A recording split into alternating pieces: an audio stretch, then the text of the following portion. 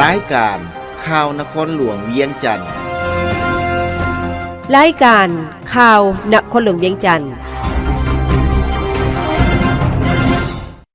สบายดีท่านผู้ฟังที่เคารพที่นี่สถานีวิทยุกระจายเสียงนครหลวงเวียงจันทน์รายการข่าวนครหลวงเวียงจันทน์ประจำวันพุธวันที่17กันยายนปี2025ซึ่งมีข่าวสำคัญต่างๆมานำเสนอต่อบรรดาทานต่อไปเชิญทานรับฟังรายละเอียดอาเซียนจีนส่งเสริมคุณภาพพัฒนาแขนงก่อสร้างด้วยดิจิทัลกองประชุมโต๊ะมนรัฐมนตรีก่อสร้างอาเซียนจีนจัดขึ้นที่เมืองกุยหลิงแขวงกวางซีสาธารณรัฐประชาชนจีนในวันที่15กันยายน2025ซึ่งจัดขึ้นทุกปีโดยการผันเปลี่ยนการเป็นเจ้าภาพระหว่างจีนและประเทศสมาชิกอาเซียนในผ่านมาจัดแล้ว2ครั้งคือครั้งที่1ปี2023อยู่เมืองหนานหนิงแขวงกวางซีสาธารณรัฐประชาชนจีนและครั้งที่2ปี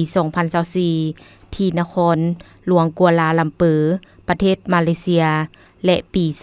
2025สาธารณรัฐประชาชนจีนเป็นเจ้าภาพกองประชุมโต๊ะมนรัฐมนตรีก่อสร้างอาเซียนจีน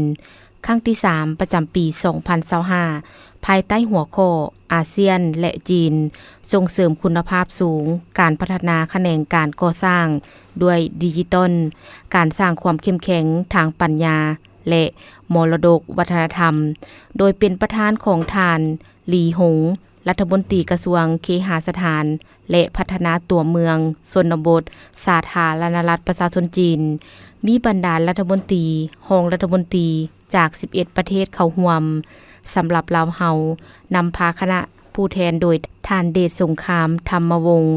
รองรัฐมนตรีกระทรวงโยธาธิการและขนส่งท่านบุญตาอ่อนนวงศ์หัวหน้ากรมเคหะและฝั่งเมืองและกงสุลใหญ่ลาวประจำนครนานหนิงแขวงกวางซีสาธารณรัฐประชาชนจีนเข้าร่วมนอกจากนี้ผู้แทนเข้าร่วมกองประชุมยังได้มีโอกาสเยี่ยมชมการวางแสดงนวัตกรรมและเทคโนโลยีการก่อสร้างที่ทันสมัยของสาธารณรัฐประชาชนจีนและรับรองเอาข้อริเริ่มกุยหลิงโดยการยืนยันคืนคำมั่นสัญญาต่อหลักการและเนื้อในจิตใจของเอกสารสำคัญรวมมีวิสัยทัศน์การพัวพันคู่ร่วมมือยุทธศาสตร์อาเซียนจีนปี2030แถลงการร่วมพิเศษอาเซียนจีนกองประชุมเฉลิมฉลองวันครบรอบ30ปีคู่ร่วมเจรจาอาเซียนจีนลงนามแถลงการสร้างตั้งกองประชุมหัวหน้าองค์การอัยการสูงสุดอาเซียนในระยะเยี่ยมยามเฮ็ดเวียกอยู่เมืองบาลีประเทศอินโดนีเซียวันที่14-17กันยายน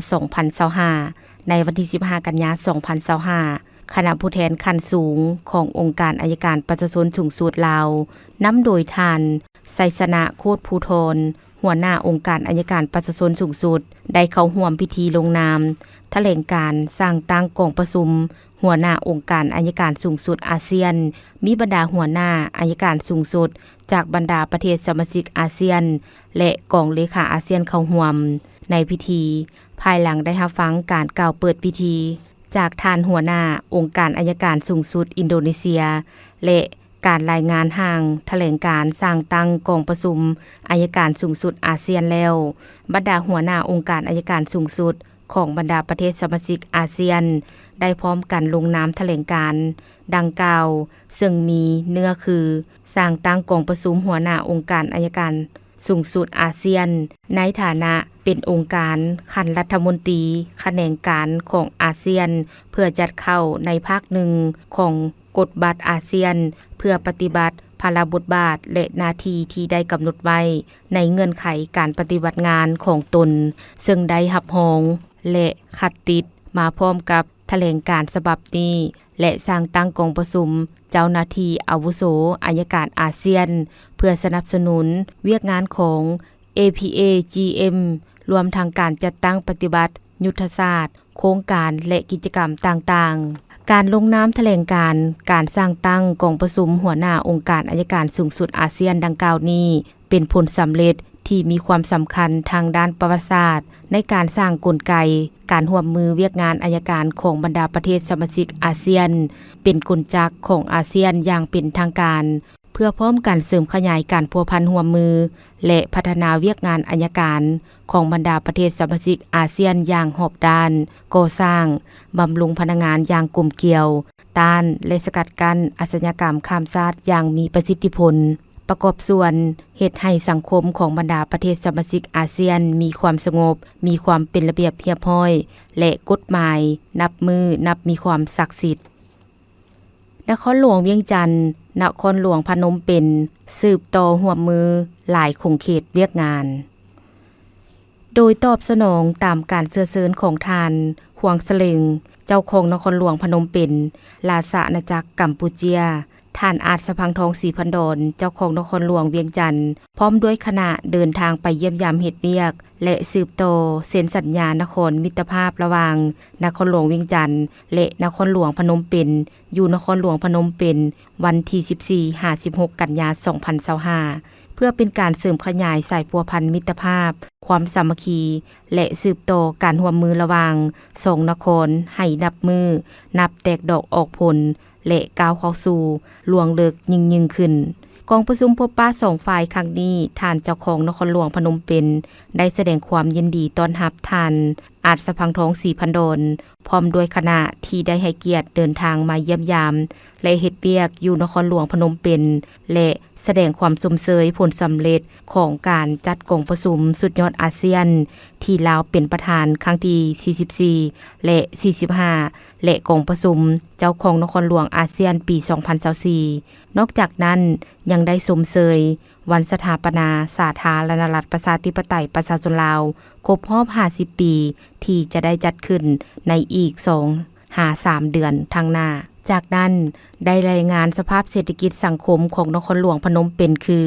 กัมพูเชียได้หลุดพ้นและประกาศเอกราชในวันที่7 มกราคม 1979ด้วยความปีศาจสามารถของบรรดาการนำเฮ็ดให้มีความสามารถสร้างรายรับจากรายรับน้อยถึงปานกลางและมีเป้าหมายให้ได้รายรับปานกลางปี 2050เศรษฐกิจแม้นมีการขยายตัวย้อนการพัฒนาพื้นฐานโครงสร้างการคมนาคมเส้นการสร้างสนามบินเสียมเรียบสนามบินเตโซขะเมา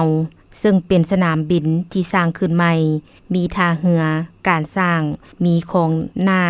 ไหลสู่ทะเลนครหลวงพนมเปญแม่นมากหัวใจและเป็นศูนย์กลางทางด้านการเมืองเศรษฐกิจการทูตการพัฒนาด้านอื่นๆและมีเป้าหมายสร้างให้เป็นนครอัจฉริยะในนครหลวงพนมเปญมี4ห้อยกว่าตาแสงและมี9เมืองมีประชากร3 ล้านกว่าคนจากนั้นท่านเจ้าของนครหลวงเวียงจันทน์ได้ขอบใจท่านเจ้าของนครหลวงพนมเปญที่ได้ให้การต้อนรับอย่างอบอุ่นเพื่อนมิตรและปิติยินดีเป็นอย่างยิ่งที่ได้มีโอกาสเดินทางมาเยี่ยมยามและเฮ็ดเวียกอย่างเป็นทางการในครั้งนี้พร้อมนี้ยังได้รายงานสภาพเศรษฐกิจสังคมทิศทางและคาดหมายของการพัฒนานครหลวงเวียงจันทน์และเสนอบางทิศทางในการร่วมมือระหว่าง2นครหลวงคือสืบต่อสุขอยู่การร่วมมือระหว่างแผนกการและแขนงการของ2นครให้ได้การร่วมมือกันเป็นโครงการละเอียดเช่นการร่วมมือทางด้านการค้าการลงทุนวัฒนธรรมท่องเที่ยวการคุ้มครองบริหารตัวเมืองการคุ้มครองและสร้างความเข้มแข็งทางด้านการเงินในฐานะเป็นนครหลวงของประเทศส่งเสริมและอำนวยความสะดวกให้บรรดาธุรกิจของ2นครหลวงเพื่อไปลงทุนและดำเนินธุรกิจอยู่2นครหลวงสืบต่อสุขอยู่การจัดกิจกรรมต่างๆของ2นครหลวงที่จัดขึ้นโดยการจัดส่งคณะผู้แทนของตนเข้าร่วมงานตามเงื่อนไขตัวจริง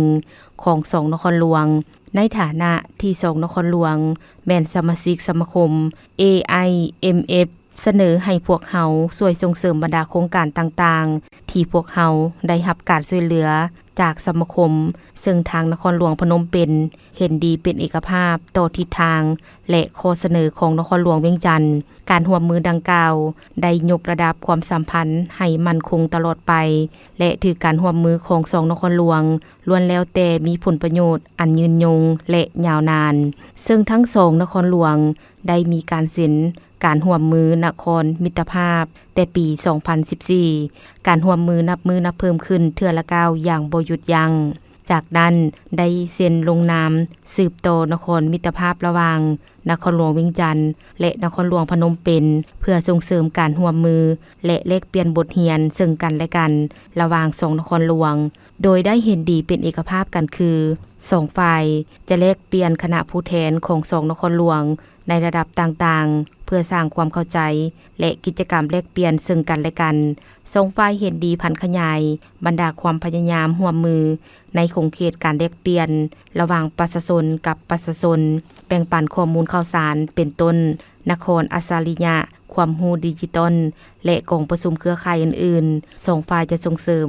และอำนวยความสะดวกให้แก่แผนกการเกี่ยวข้องของนครหลวงเวียงจันทน์และนครหลวงพนมเปญและจะส่งเสริมการค้าการลงทุนการท่องเที่ยวและแลกเปลี่ยนวัฒนธรรมการศึกษาและคงเขตอื่นๆที่2ฝ่ายมีความสนใจร่วมกัน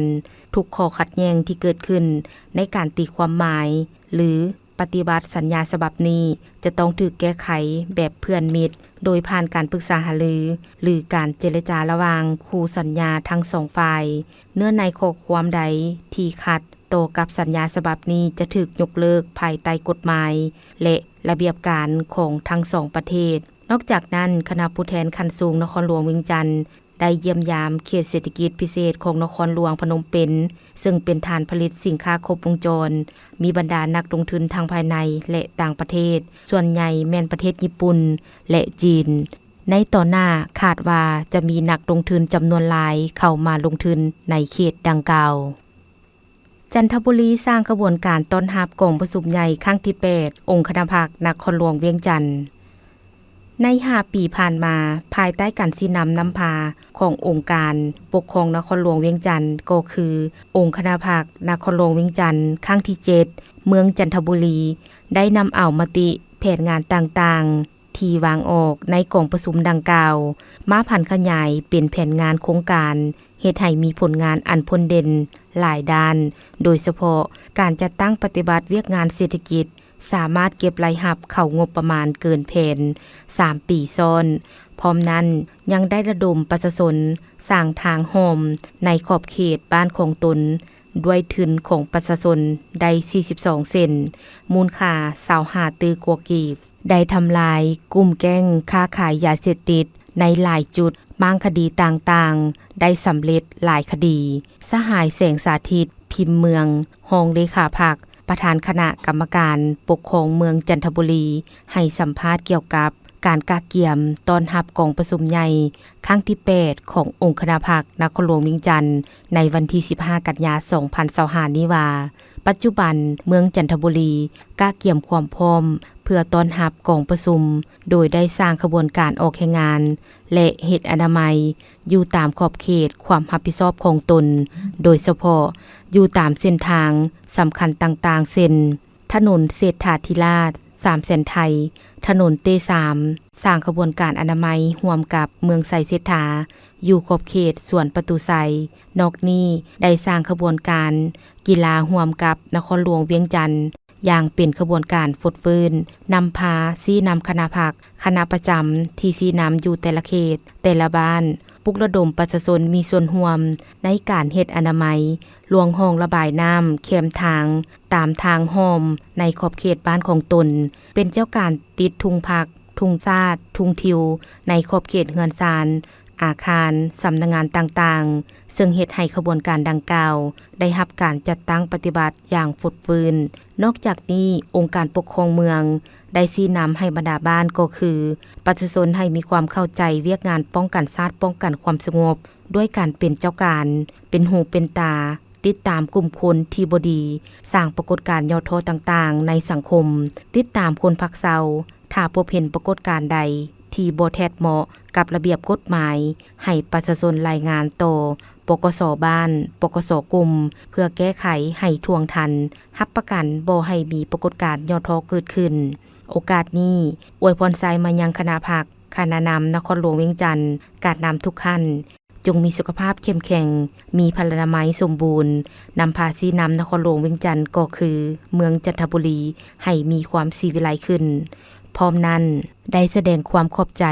มายังประชาชนชาวเมืองจันทบุรีที่ให้การร่วมมือสร้างสาพัฒนาบ้านก็คือเมืองจันทบุรีจนมีผลสำเร็จหลายด้านพร้อมทั้งให้การสนับสนุนต่อต้านปรากฏการณ์ย่อท้อต่างๆให้สังคมมีความสงบพร้อมนั้นได้สุกยู่การประดับประดาและสร้างขบวนการต่างๆเพื่อต้อนรับกองประชุมใหญ่ครั้งที่8ขององค์คณะพรรคนครหลวงเวียงจันทน์ที่จะมาถึงนี้ให้มีผลสำเร็จเปิดให้ชมไส้ส่งทางจราจรเส้นทางแล่นรถเมล์ด่วนชั่วคราวถนนไกลโซนพรหมวิหารเป็นถนนสายหลักเส้นหนึ่งอยู่ตัวเมืองนครหลวงเวียงจันทน์มีนักขับขี่ยานพาหนะจำนวนหลวงหลายได้สมไส้เวลาเข้ามาในตัวเมืองและออกจากตัวเมืองผ่านมาถนนเส้นดังกล่าวก็มีความแออัดในการสัญจรบ่ว่าจะเป็นขาเข้าขาออกตัวเมืองในชั่วโมงเร่งด่วนก็คือโมงเข้าการและเลิกการแต่ภายหลังที่มีโครงการก่อสร้างเส้นทางรถเมล์ด่วนที่กำลังมีการก่อสร้างอยู่ในปัจจุบันและบวกใส่ระยะนี้ก็แม่นระยะเข้าโรงเรียนยิ่งเฮ็ดให้เกิดมีสภาพสัญจรแออัดรถติดหลายขึ้นเพื่อแก้ไขการสัญจรแออัดระยะเวลาเร่งด่วนแผนกโยธาธิการและขนส่งนครหลวงเวียงจันทน์ได้ออกแจ้งการให้สมไส้ส่งทางรถเมล์ด่วนชั่วคราวในระยะนี้สำหรับแจ้งการของแผนกโยธาธิการและขนส่งนครหลวงเวียงจันทน์ฉบับลงวันที่15กันยายน2025ถึงบุคคลนิติบุคคลและการจัดตั้งทางภายในและต่างประเทศที่นำไส้รถไส้ถนนอยู่นครหลวงเวียงจันทน์เรื่องเปิดช่องทางจราจรของเส้นทางแล่นรถเมล์ด่วนชั่วคราวในระยะที่บ่ทันเปิดบริการเพื่อระบายการสัญจรในชั่วโมงเร่งด่วนอิงตามข้อตกลงของท่านเจ้าของนครหลวงเวียงจันทน์ว่าด้วยการจัดตั้งและเคลื่อนไหวของแผนกโยธาธิการขนส่งนครหลวงเวียงจันทน์ฉบับเลขที่ CCC จนวลงวันที่ 7 เมษายน 2023อิงตามแจ้งการขององค์การกระทรวงโยธาธิการและขนส่งฉบับเลขที่21949หกลงวันที่12กันยายน2025แผนกโยธาธิการและขนส่งนครหลวงเวียงจันทน์ถือเป็นเกียรติแจ้งมายังมาตรฐานผู้นำไส้รถไส้ถนนในทั่วนครหลวงเวียงจันทน์รับทราบว่าเพื่อเป็นการระบายการสัญจรแออัดอำนวยความสะดวกให้สังคมและแก้ไขปัญหารถติดในชั่วโมงที่เร่งด่วนในแนวทางของเส้นทางแล่นรถเมล์ด่วน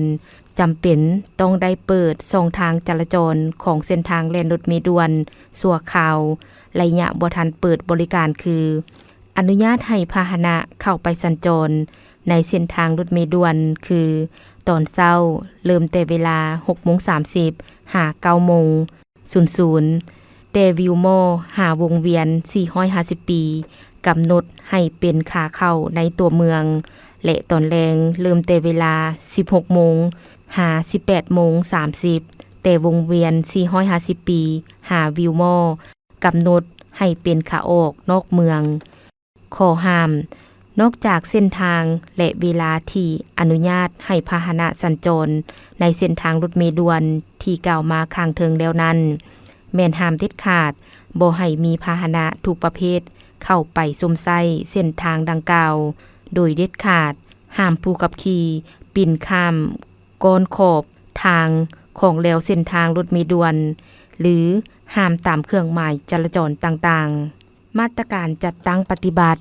ต่อผู้ที่ละเมิดกรณีถ้าหากพบเห็นบุคคลนิติบุคคล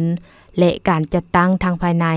และต่างประเทศที่นำไส้รถไส้ถนนอยู่นครหลวงเวียงจันทน์หากละเมิดตามแจ้งการฉบับนี้จะถูกศึกษาอบรมและปรับใหม่ตามดำรัสว่าด้วยการปรับใหม่ฉบับเลขที่568ลบ ลงวันที่16 กันยายน 2021พร้อมทางทดแทนและซ่อมแปลงคืนการจัดตั้งปฏิบัติมอบให้กองคุ้มครองการขนส่งในตัวเมือง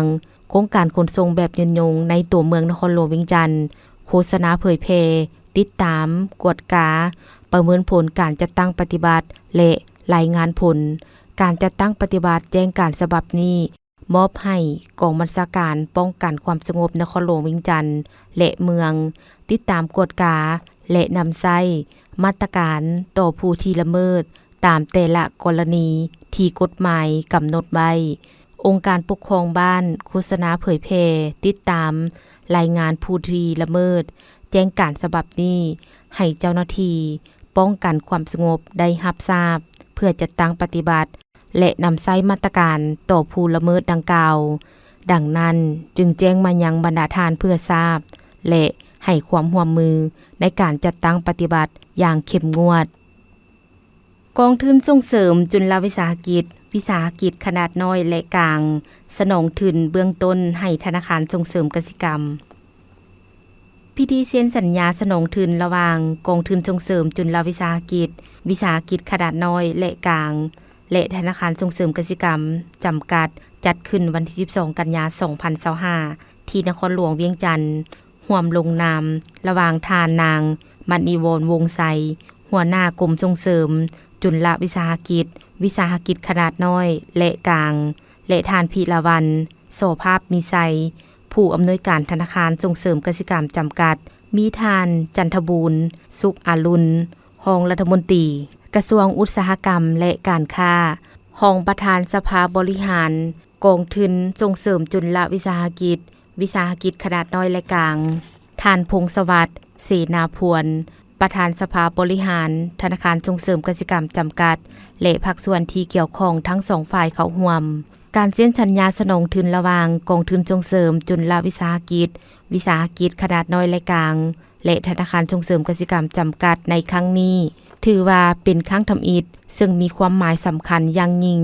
เนื่องจากจะเป็นการยั่งยืนรับเอาธนาคารส่งเสริมกสิกรรมเข้ามาเป็นคู่ร่วมมือใหม่ของกองทุนส่งเสริมจุลวิสาหกิจขนาดน้อยและกลางในบ่วงเงินประกอบทุนของรัฐบาลอัตราดอกเบี้ย 3% ต่อปีซึ่งสนองทุนเบื้องต้นให้ธนาคารส่งเสริมกสิกรรมเป็นมูลค่า30ตึกกีบเพื่อให้ธนาคารนำเอาทุนดังกล่าวไปปล่อยกู้ให้จุลวิสาหกิจตามแขนงและคงเขตบริมสิทธิ์ของรัฐบาลในขอบเขตทั่วประเทศวงเงินปล่อยกู้ให้จุลวิสาหกิจสามารถกู้ยืมได้บ่เกิน 2.5 ตื้อกีบต่อครั้งวิสาหกิจขนาดน้อยสามารถกู้ยืมได้บ่เกิน 4 ตื้อกีบต่อครั้งและวิสาหกิจขนาดกลางสามารถกู้ยืมได้บ่เกิน 5 ตื้อกีบต่อครั้ง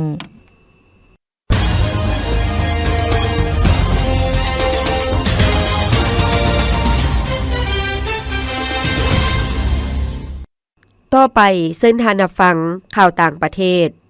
ประชากรผู้อายุสูงของญี่ปุ่นเพิ่มขึ้นเป็น 29.4 ส่วนห้อยวันที่14 กันยายนที่ผ่านมากระทรวงกิจกรรมภายในและสื่อสารของญี่ปุ่นรายงานว่าอัตราส่วนประชากรญี่ปุ่นที่มีอายุ65ปีขึ้นไปมีท่าเอียงเพิ่มขึ้น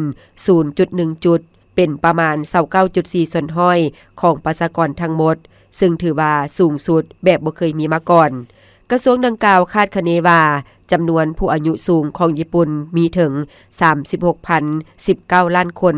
เมื่อนับฮอดวันที่15 กันยายนผ่านมาซึ่งตรงกับวันเคารพผู้อายุสูงของประเทศในนั้นเพศชาย 15.68 ล้านคนและเพศหญิง 20.51 ล้านคนเฮ็ดให้จำนวนแม่หญิงหลายกว่า 4.83 ล้านคนในขณะเดียวกันผลการสำรวจแรงงานของกระทรวงดังกล่าวชี้ให้เห็นว่ามีผู้อายุสูงเฮ็ดเวียกในปี 2024 จำนวน 9.3 ล้านคนเพิ่มขึ้น 160,000 คนจากปี 2023 ซึ่งสูงแบบบ่เคยมีมาก่อนโดยอัตราการจ้างงานสำหรับผู้อายุ65ปีขึ้นไปเพิ่มขึ้น 0.5 จุดอยู่ที่ 25.7 ส่วนห้อย อัตราส่วนการจ้างงานสำหรับผู้ที่มีอายุ 65-69 ปีแม่น 53.6 ส่วนห้อยผู้ที่มีอายุ 70-74 ปีแม่น 35.1 ส่วนห้อยและผู้ที่มีอายุ 75 ปีขึ้นไปแม่น 12 ส่วนห้อยกระทรวงดังกล่าวระบุว่าปัญหาการขาดแคลนแรงงานและการขยายอายุบำนาญได้เฮ็ดให้เกิดการจ้างงานของผู้อายุสูงเพิ่มขึ้นซึ่งกลายเป็นการขยายโอกาสของผู้อายุสูงในการเฮ็ดเวียกและเฮ็ดให้จำนวนผู้อายุสูงที่เฮ็ดเวียกมีท่าเอียงเพิ่มขึ้นอย่างต่อเนื่องการนำเข้าและส่งออกสินค้าของจีนสืบต่อเพิ่มขึ้นวันที่15กันยาที่ผ่านมาห้องการแถลงข่าวรัฐบาลจีนได้จัดกองประชุมแถลงข่าวท่านฟูลิ่งหุย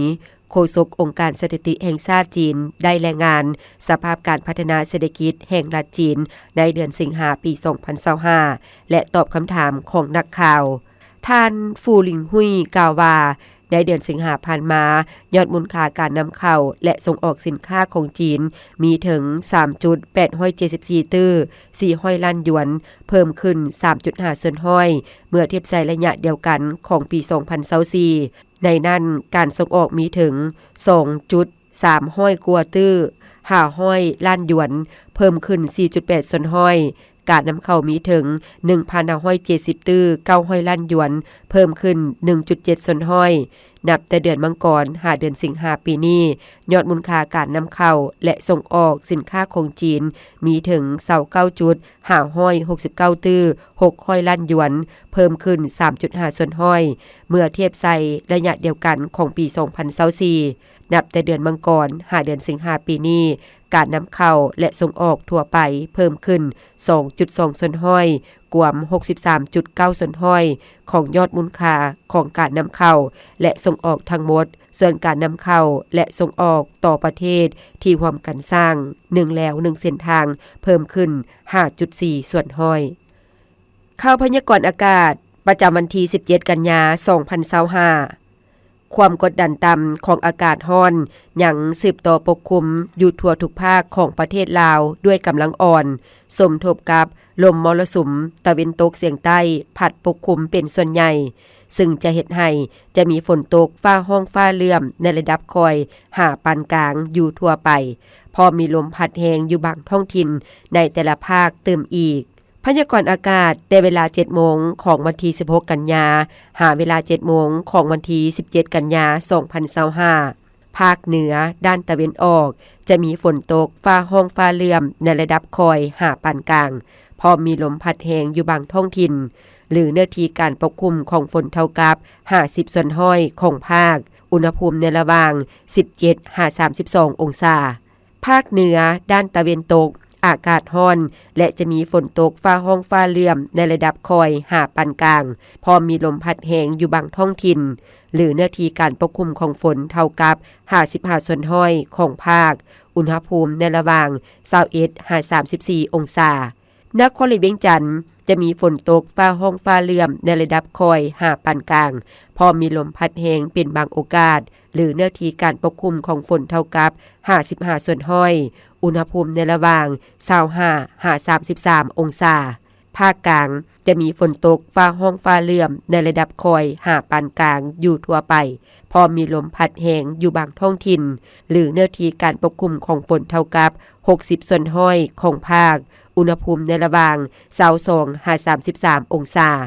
แขวงไซสมบุญอากาศจะเย็นในตอนกลางคืนหาตอนเช้า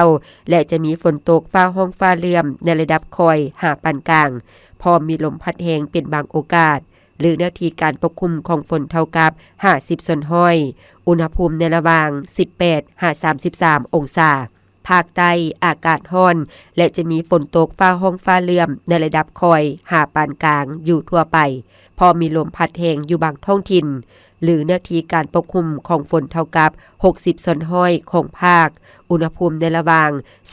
24-34 องศาสำหรับเขตภูเพียงบริเวณอากาศจะเย็นในตอนกลางคืนหาตอนเช้าและจะมีฝนตกฟ้าห้องฟ้าเลื่อมในระดับคอยหาปานกลางพอมีลมพัดแรงเป็นบางโอกาสหรือหน้าที่การปกคลุมของฝนเท่ากับ60ส่วนห้อยอุณหภูมิในระหว่าง15-28 องศา ท่านผู้ฟังที่เคารพรายการข่าวนครหลวงเวียงจันทน์สำหรับภาคนี้ได้เสียงสุดลงเพียงเท่านี้แสงคำจันทวงศ์พร้อมด้วยเพชรสมรดวงวิไลอ่านสบายดี